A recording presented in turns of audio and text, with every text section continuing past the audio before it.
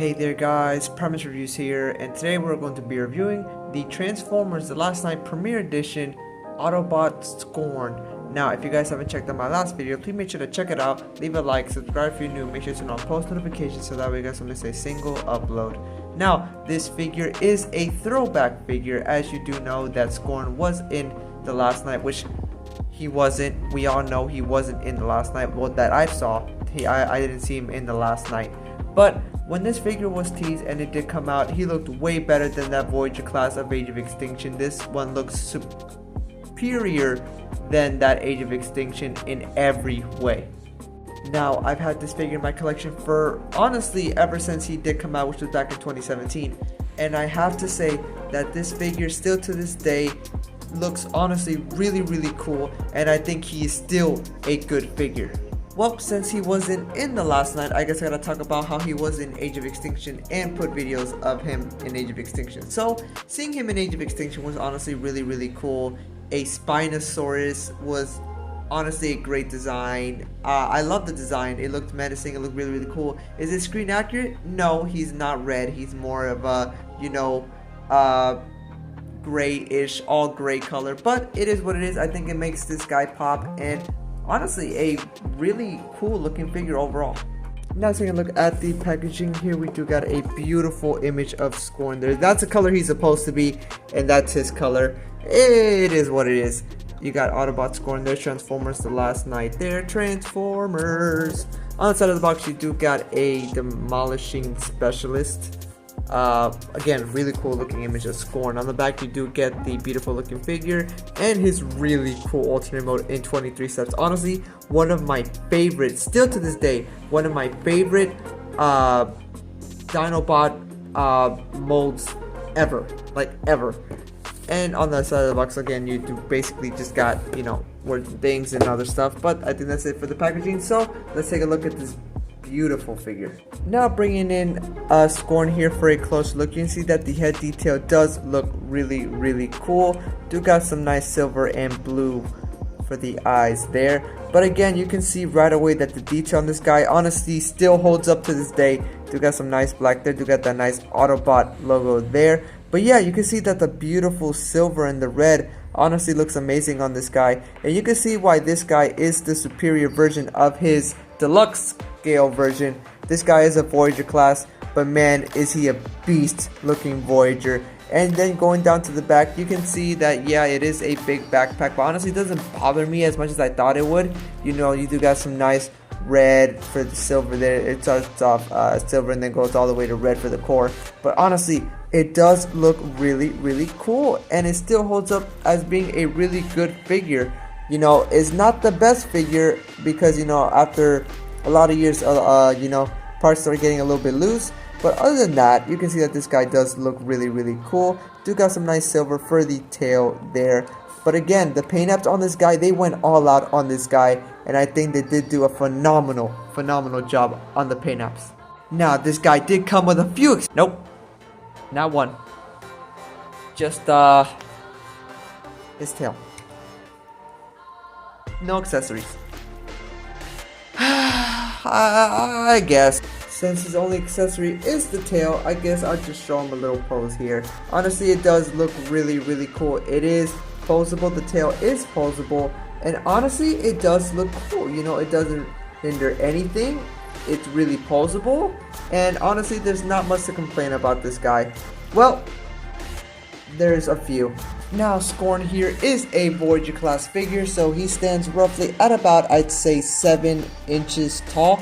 I think that is a decent size for a Voyager class figure. Now for some size comparisons, here he is next to the Premiere Edition Voyager class Optimus Prime, so you can see how they both do look there. And yes, they both do look good, but again, this is not scale accurate at all. This is back then when figures weren't scale accurate at all, but again I think they both do look really cool. You can see the nice details on them, and honestly for a 2017 figure these two do look really good. I think they are still up there as being really cool detailed figures. It's just now it's more accurate size figures that matter the most. So it is what it is, but I think they both do look cool. So for my next size comparison, here he is next to the Studio Series Leader Class Age of Extinction Grimlock. So you can see how they both do look there. And yes, you can see that, again, this is not scale accurate at all. But again, we still haven't gotten, you know, a Studio Series Scorn, Slug, all that. I don't know why, but this is what we have so far. But they both do look really, really cool, you know. They both are screen accurate how they did look. It's just the color scheme on Scorn is supposed to be like Grimlock's color. But I just can't wait for them to make a Studio Series Michael Bay version of all the Dinobots, because I think they all did look great. Now for the articulation, the head is on a ball joint. You can look up that far and you can look down that far.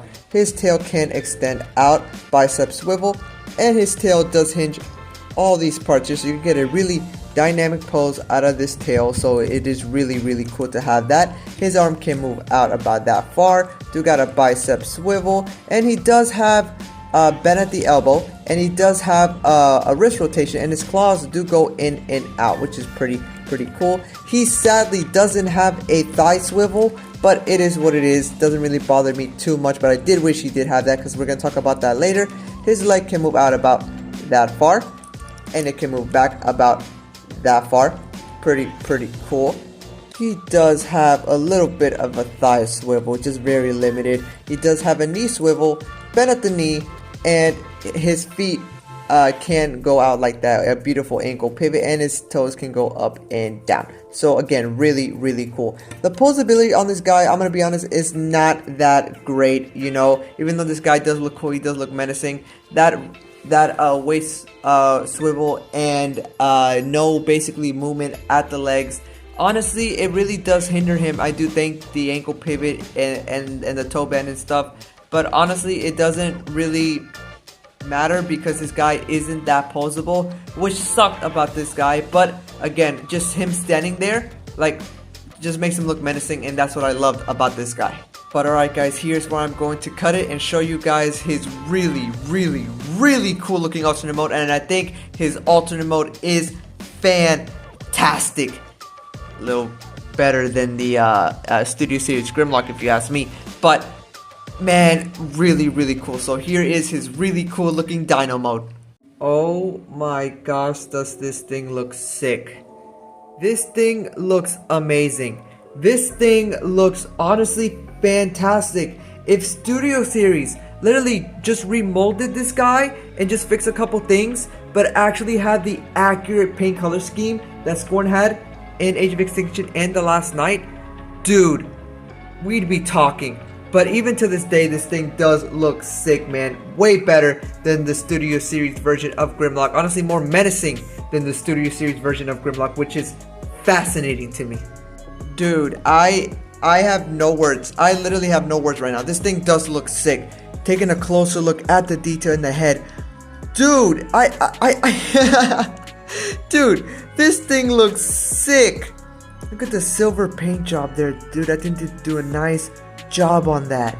Just going all along the figure. The detail looks amazing. Still, like, I know we saw, you know, all, you know, the colors and everything in freaking robot form, but just something about this changes the aspect of this guy. Dude, this thing looks sick. Honestly, they did do a great job on the Dino mode, and I think that's what they were going for. They were going for a scary version of Scorn, a more accurate version of Scorn somehow, and I think they did do a great job, and this is 20 times superior than that deluxe version. You can see here that they do got a very vague blue for the eyes there, and I like how they covered it. I think that does look sick. I think that does make him look cool. But again, this thing looks sick. This thing looks amazing, dude. Like,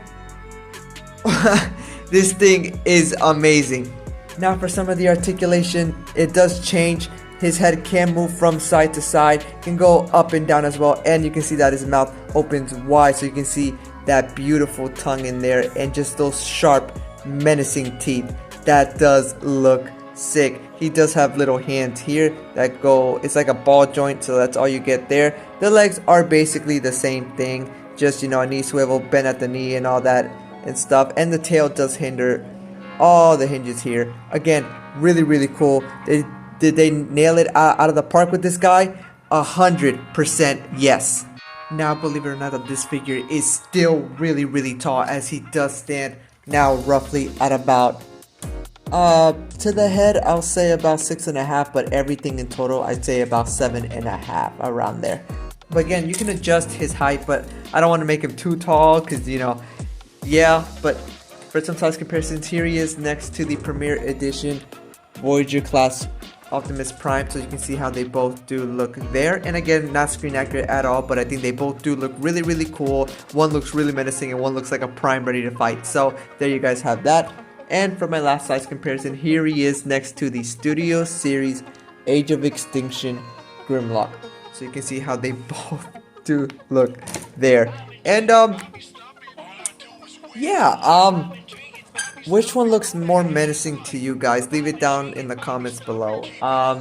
Me personally, I would still say that Scorn looks more menacing. Scorn is a lot more poseable than this Grimlock. I'm gonna tell you guys that right now. This Scorn does feel like a dinosaur, and Grimlock feels like more of a just brick of a dinosaur. This guy is really poseable, while this guy just stands like a brick, but does still look menacing, don't get me wrong, but I just think Scorn takes it to another level. Scorn looks absolutely terrifying, and that's what I loved about this guy. When I first got this guy, everybody wanted him. Dude, I was only able to find him once, and that once was when I did get this guy. Other than that, I never saw him again. This is honestly an amazing figure. But yeah, man, this guy is honestly amazing, and honestly, the Dino mode picks this guy back up, you know, a grade, because man, this guy is really cool. But here's where I'm going to cut it so I can give you guys my overall review and my overall grade on this figure. So here we go. Let's see what grade this guy gets. Nah, I ain't gonna transform this guy back. This guy looks too menacing to transform him back. So there you guys have it. There you guys had the Transformers The Last Night Premier Edition Voyager class Scorn. Now, does this guy look amazing? Yes, he does look amazing. Does this guy look screen accurate like how he did in Age of Extinction? Honestly, yes, he does. You know, I can see the similarities here and there. The paint color scheme is not correct at all. But again, neither was the deluxe version or back then when all the figures did came out back in 2017 or 2014. But honestly, this figure does look amazing. This guy does look sick. And overall, I think they did do a fantastic job with the Dino mode and the robot mode. This is one of the reasons why people wanted him. He was just a significant upgrade than that deluxe class. So for that, I do have to give this figure a solid 8 out of 10. Now. I know what you guys are thinking. You were praising about this guy the whole video. Why does he get an 8 out of 10? Now, I'm gonna name you some of the reasons why he is getting an 8 out of 10 and sadly not a 9 out of 10. Now, the first con we are going to be talking about is just the limited posability on the robot mode. Now, I know, but what if you only display this guy in the dinosaur mode? What grade would he get? You do have to weigh into the robot and the alternate form, no matter what it is, whether it be a vehicle, whether it be a jet, whether it be a dinosaur, whether it be a tank. Honestly, you have to weigh in both of those, and the limited posability on the robot mode brings this guy down. I did wish he did have a lot more posability than what he does have currently right now, because posing this guy in robot mode, I didn't really have such a great time, but with the dinosaur mode, I had a great time. So that kind of weighs into why I don't really like this guy. But there has been the first con, but the second con might surprise you. The second con we are going to be talking about is just the transformation from the robot mode to the dinosaur mode. Now, if you guys do watch a lot of videos that people posted back then when they first got this guy and they were transforming this guy, people had a lot of problems transforming this guy. There's like this little hinge in the inside of the arms that do get really annoying, and you have to rotate it to a certain position, and it does get honestly really annoying. And people didn't have such a great time transforming this guy, but the outcome was fantastic, and honestly, I think it was worth it. But yeah, I promise you guys, those are the only two cons that I am going to be talking about. An 8 out of 10. I really wanted to give this guy a 9 out of 10, but you do have to weigh in the robot mode in just that small hinge rotation whatever that thing is on the inside of the arm. But other than that, this guy is fantastic. This guy is amazing. The paint color scheme on this guy is fantastic, and that's what I loved about this guy. This guy is menacing. This guy looks 100 times better than that deluxe version, and this guy is honestly worth the money. I really hope you guys didn't miss out on this figure, and if you guys do have this figure, let me know if you guys still think he is really good to this day. I personally think that this figure is really cool to this day, and honestly a fantastic figure for a 2017. To this day still holds up very well.